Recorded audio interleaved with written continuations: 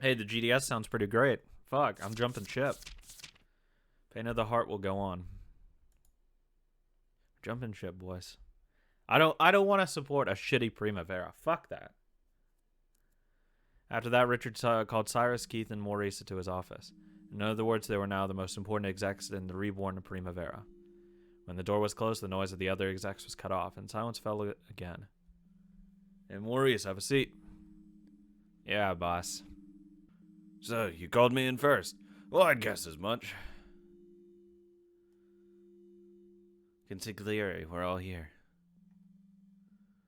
Yuji's funeral is set to take place the day after tomorrow, alongside Stella's public funeral. The preparations have all been made. Please leave everything to us and rest. That's not what Stella and Yuji would want. You've got to inherit and carry the burdens they bore. Fuck off. Now you're manipulating. True, we don't have time to rest. That's right, we aren't allowed to rest. We've got to fight right now for the sake of our countrymen. I mean, that actually just goes to prove how little he knew about Stella. He can be like, oh, Stella would have wanted you to act like super rashly. No. Stella 100% would wait. 100%. Are you gonna do it, Consigliere? Apparently Maurice's instincts had been keener. Richard had probably already told Keith his aide, and the glint in their eyes made it clear what they wanted to talk about. Normally I'd like to ask you to calm down a bit first. However, I'm sorry, but this one's got even me mad as hell. You can't do that to kids. It can't be tolerated. Stella, Yuji, Rose, they keep going after women and children. They're absolute brutes. The other execs are livid too. Today you could mobilize them however you wanted. Just saying. Why did the tactics change so recently? If we're gonna do it, we gotta go all out. Mobilize them so we know we'll win even before we start. It's a funeral war, and we ought to be all sorts of people who want to crash the party. The GDS. Crush the GDS. It's the Satomi Alliance, Castiglione family. We should be able to gather lots of troops. That'll take too long. Makes sense. If we take too long to mobilize forces, they'll catch wind of it and move first. So you're saying we should let them have it all on our own? Give me 2 days, and I can gather minimum quota of troops. Perfect. Stella and Yuji's funeral is in 2 days. You plan to offer up incense and then head straight down to the fight? It's the other way around, boss. We aren't going to fight after offering incense. We're going to bring Lee's head to lay on the altar. Are you insane? Oh, I'm sane. Cue the music, that's why it's sane. I don't even need 2 days. I'm ready to ready my gun and pull the trigger. Richard, I want to hear it from your lips. Lee Meiju and Sung Zilong. We will make them pay. Pay with their lives. You're such a fucking moron. Oh my god. There can be no doubt that Yuji's death was caused by poison of our countrymen. It's a poison with very distinctive symptoms. Richard and the others are most likely aware of this. There can be no doubt it must be someone of the Elder faction that we chased out. It was my belief that nearly all of them had perished. However, I may have been slightly too merciful. Yeah, actually, this is where you should have killed everyone. Purge them. But from the Japanese perspective, both we and those of the Elder faction are still members of the GDS and Chinese. All we can do is hope to clean up our own mess by our own responsibility, to show our sincerity. There's just one bit of good news. I managed to make contact with Richard. Regardless of the contents of that conversation, simply having made contact is good news. So what did Richard say? The recent incident was surely a strategy set up by someone to have Primavera and the GDS eliminate each other. If he was normal, it would be like, yeah, it's obvious. I'll pretend to believe that. I'll act as though we have been successfully deceived by their scheme. Richard has regained much of his cool-headedness. Perhaps the death of young Yuji surpassed the level of shock, and actually helped him to think more clearly. Nope, he is actually not that smart. He showed his understanding of my claims, realizing that this must be a scheme of someone hoping to topple both of us. I would like those two deaths as an opportunity to reconfirm our mutual friendship and discuss the future. By saying this, they will be unable to refuse the invitation. Let us humbly accept. Let us show our heartfelt condolences for their two losses and share in their pain. Like, it's just sad, honest to God, that I thought Richard was better than this. I didn't think he was, like, as easily manipulated as he is. It's impressive that they managed to regain their composure amidst all this misfortune, when one might expect them to be bound by hatred. Richard Mayuki, you truly are an intelligent, enlightened ruler. And see, that's what actually makes it worse. Because he's trying to make all these big brain moves, and it shows that he's not actually all emotional, it's just that he's stupid. That's the problem. I'd feel, like, better about it if he completely flat out refused and he was just in, like, a blind rage. But he's not. He's trying to make moves, he's thinking about this stuff. He's just a fucking moron. So, like, any sympathy I'd have had for him, it just evaporates. It goes out the window. He should know better. They seemed quite relieved to hear that I didn't suspect the GDS.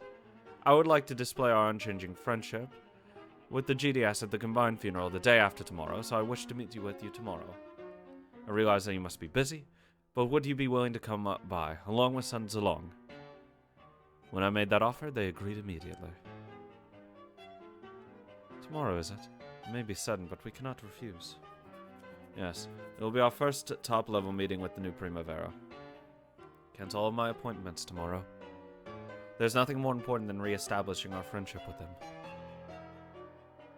So you were able to lure out both Leah and the young lord. That's incredible. You're planning to have Keith finish them both off? As long as I can get both of them within my line of fire, I'll definitely finish them off. So it all depends on location. That isn't a problem. Keith and I already have decided together. The location of our talk is not to be at Club Primavera. Correct, since both sides are equal in our relationship, they said they wanted to meet at a neutral location. It's quite considerate of them. I salute them. It's the spot. It's a small Chinese restaurant, halfway between Chinatown and Club Primavera. It's a dining hall admitted various members of the general public. The shopkeeper and the hostess are an international Japanese-Chinese marriage. I see. Sounds like a good omen for Sino-Japanese relations. Not bad if a sniper set up camp in this area. The street in front of the restaurant would be completely within his line of fire. It was a perfect place for an ambush by a sniper like Keith. Sun Zilong would probably show up in a bulletproof limo, and wouldn't get out until he was right in front of the restaurant.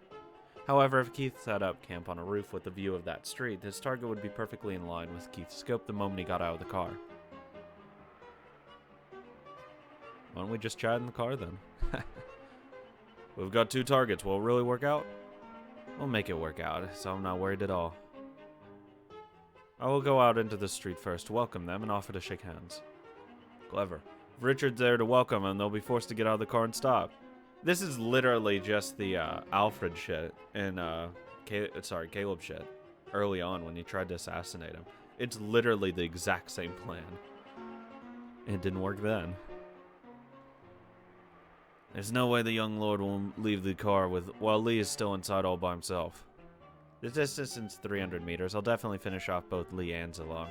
If one gets shot, the other's staying in the car, dumb fuck.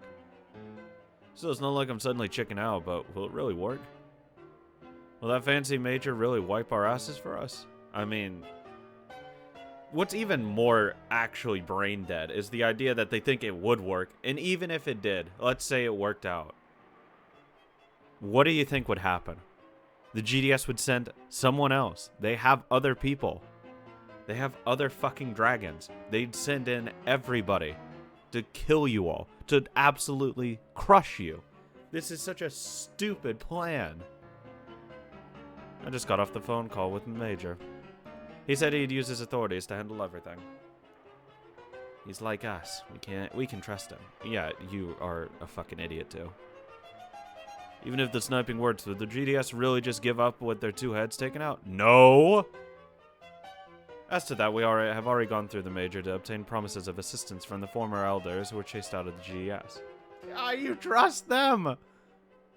They will recapture the GDS as soon as Zilong and Lee fall. Yes, these two fucking randoms that you just assume are good and on your side. Oh my god.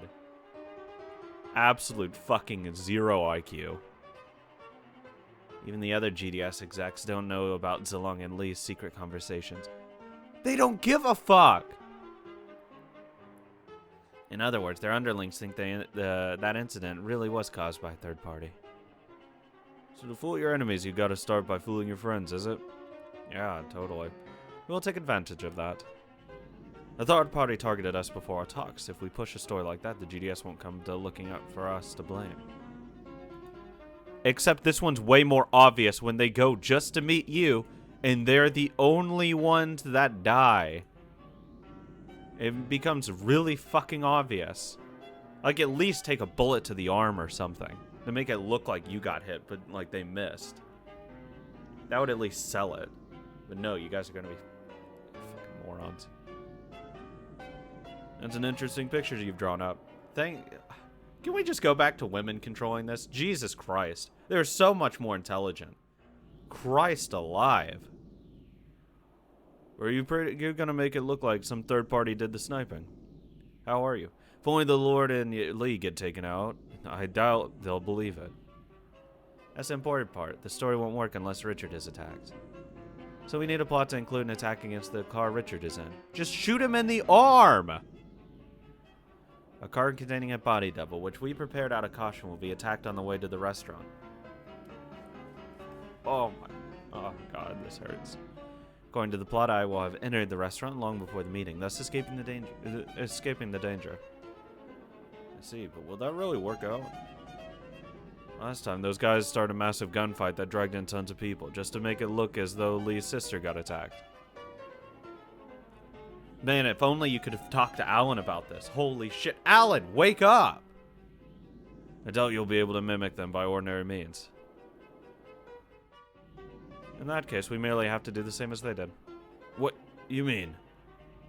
My double and his guards will be attacked. And the attack will be on the same scale as the one made against Stella and the others. We'll just shoot a couple people, fuck it. Hey, it's Cyrus here. I am completely okay with this. They used the word double, but that didn't mean grass growing on the side of the road. Someone would have to fill that role. Since he was supposed to be a top member of his organization, he would need a considerable number of guards. Those people would need to be hit by an attack on the same scale as the last one, and a considerable number would have to die. Are you planning to sacrifice members of Primavera? I doubt we'll ever fool them unless we do. That's great. Hey, thanks for this organization. We actually love them. Smiles. If they suspect us, it'll turn into a massive feud involving the GDS and Bajang Bang. If that happens, a lot more people are gonna die, huh? It's actually more moral just to kill random bystanders. Human sacrifices, is it? Having the courage to fight means being unafraid to make sacrifices, correct? Having sacrifices is different than just killing in cold blood. But yeah, sure, we can go with this. And those who offer their lives to Primavera have sworn that they are prepared to die for their countrymen, correct? Man, where's the Richard defense? I don't see it. I'm fucking looking. I don't see any redeeming qualities. To think such terrifying words would ever come from Richard's mouth. Because Cyrus had known him since they were kids, he couldn't help but bite his lower lip, stunned speechless. Oh god, and my respect for Cyrus is literally nosediving in a fucking plane without engines. You probably think me heartless. Yes! However, this is all to protect our countrymen. From what? This is literally just revenge. This is literally all it is. Oh my god. Fighting means to be unafraid of sacrifices. If everyone avoids self-sacrifices and fierce fighting, then nothing will remain and all will be destroyed. This is... Cyrus, please. Yeah, you're right. No respect. Spineless. Weak. Even if I am fully aware of the inhumanity of this plan, However, they're the ones who first took such inhumane measures. See, this is why that last quote, literally, he's aware of how fucked he is. That's the problem. No respect, no apologies. It's over. Fuck him. Honest to God, he's just a bad person. I don't care that he lost his family. He acknowledges what he's doing is evil. That means he has culpability here. We must defeat them now. They will probably continue to attack our countrymen through inhumane means. That single incident left over 100 people dead or wounded. All of their families are facing a sadness no lesser or greater than the sadness of losing Stella and Yuji. Will you be able to say the same thing to the body double and the guards who are going to become human sacrifices? They don't give a fuck. That's different, Cyrus. Oh, of course. When we kill people, it's different. Oh, you dumb fuck. I hate all of these people. Cyrus, please leave. Please leave this organization. Being part of this and being complicit in this indirectly makes you a bad person. Or directly makes you a bad person. Though we gather under Primavera, we all swore to continue fighting to protect our countrymen. It's a soldier's job to give up his life to protect the women and children back home. I cannot if you denounce me as inhumane. Good. After all, I am already prepared to battle the great evil that threatens my countrymen, even if it means getting wounded. I can't wait until he dies. Unironically, I want him to die. Well, I can understand why you aren't convinced. I hope Rose kills him. Oh god, I'll feel so fucking good. She won't, but oh my god, I'd feel so fucking good about it. Please. Our grand boss is a soft-hearted man, after all. Yeah, totally. He doesn't want to just kill random people. Damn, what a fucking bitch. Don't take me lightly, boy. I'd literally rip his head off. Cyrus, I lose a lot of respect. Cyrus let out a deep sigh and stood by the window, his back to them. He generally leaned towards the sympathetic approach. However, he also understood the cold-bloodedness of war. I'll leave it to Maurice to select a team. Yes, boss. However, avoid selecting people with families if it's at all possible. Leave it to me. Lightening that psychological burden for you is also part of my job. His former major, who had been feared like a reaper on the battlefield, even Cyrus had apparently looked naive. Maurice, understanding the reason he had been summoned here, rose to his feet. Maurice, as Cyrus said, be considerate when selecting a team. When their job is done, see to it that they are rewarded graciously, regardless of whether they live or die.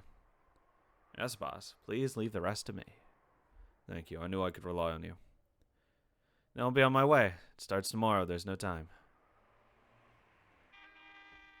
Fuck off. Ever since the Kale Bear, we've always taken time to carefully prepare for big plans. And it's brought us success. Yeah, it's almost like Rose and all the other fucking women were smart. But everyone fucking else is an absolute idiot. As a man with all that experience, I say that your strategy for tomorrow feels too rushed. It is. It's brain dead. Since the time of Stella's death, Major Kaburaya must have predicted that I would take revenge sooner or later. So ever since that time, he's been making preparations for it. Yeah, it's like he's been pushing you to do it. Man, if only you actually thought about it. You know, I'm not sure I like that. Someone started cooking for me before I even made my order. Even I would hesitate to stick my chopsticks in it. Yeah. Especially if they started pushing you and be like, hey, everyone buys this. Hey, I bought this. I really liked it. You should buy it too. And then they start making it without you even saying something. It's just good fortune for both of us. And you're a moron. I can tell why the group succeeded. It's not because of your fucking brain. The Major wants to use us to indirectly take revenge, and we couldn't have our revenge either without the Major's help.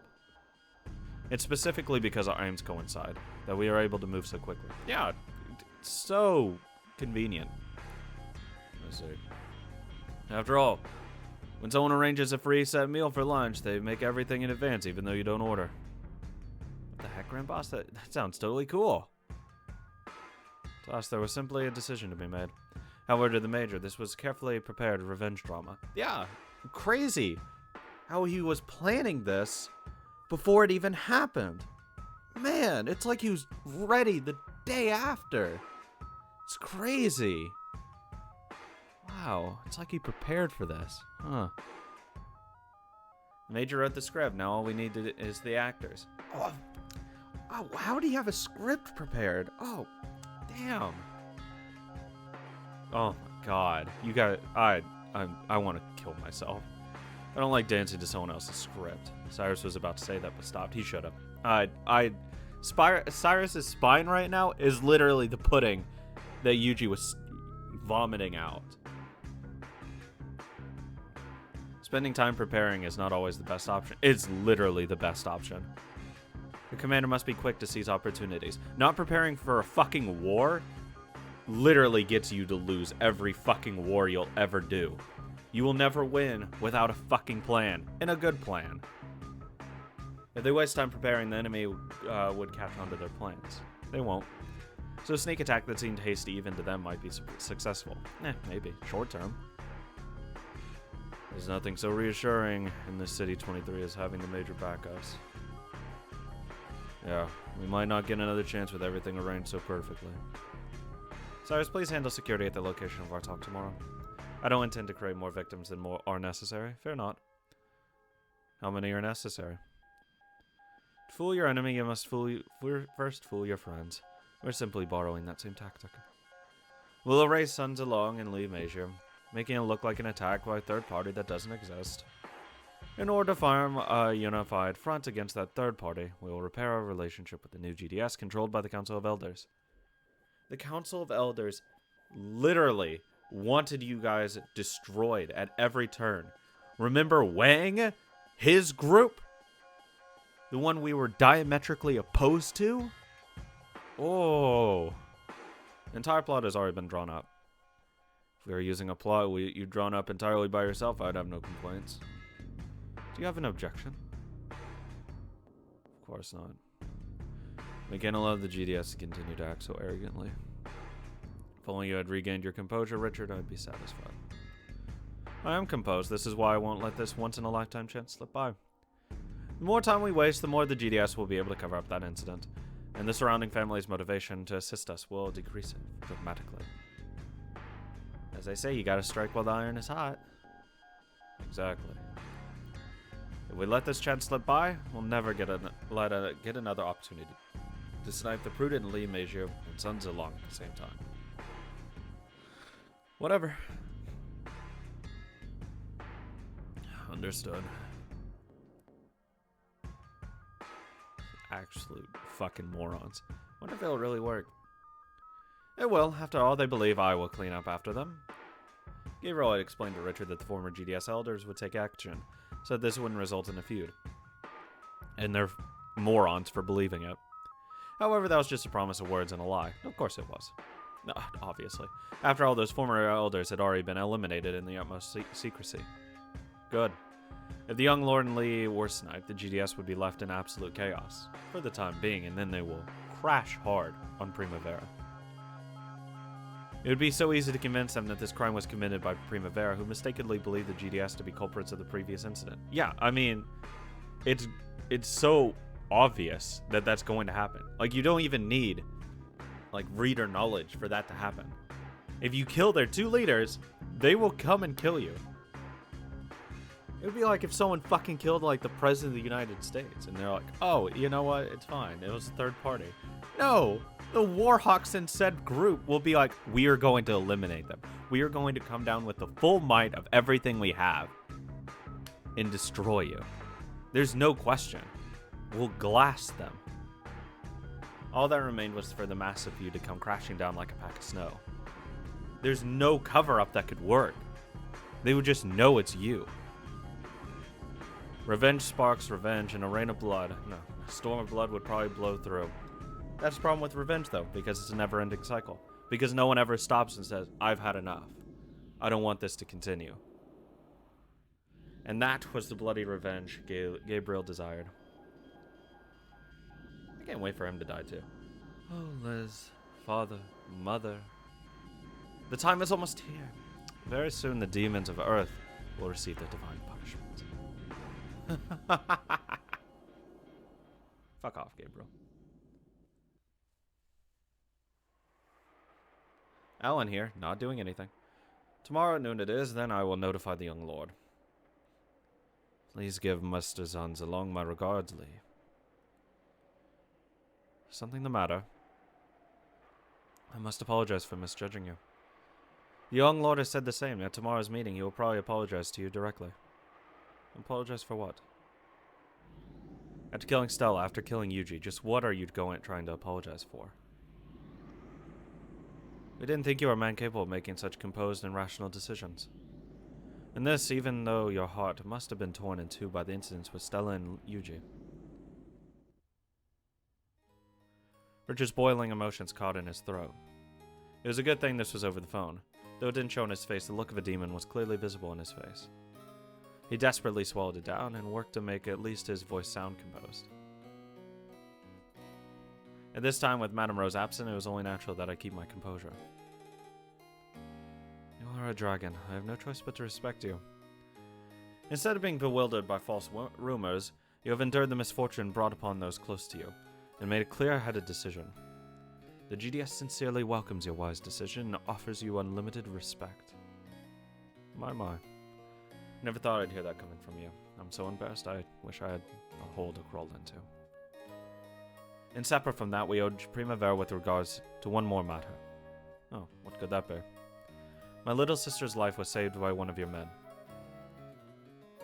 Alan Aramaki.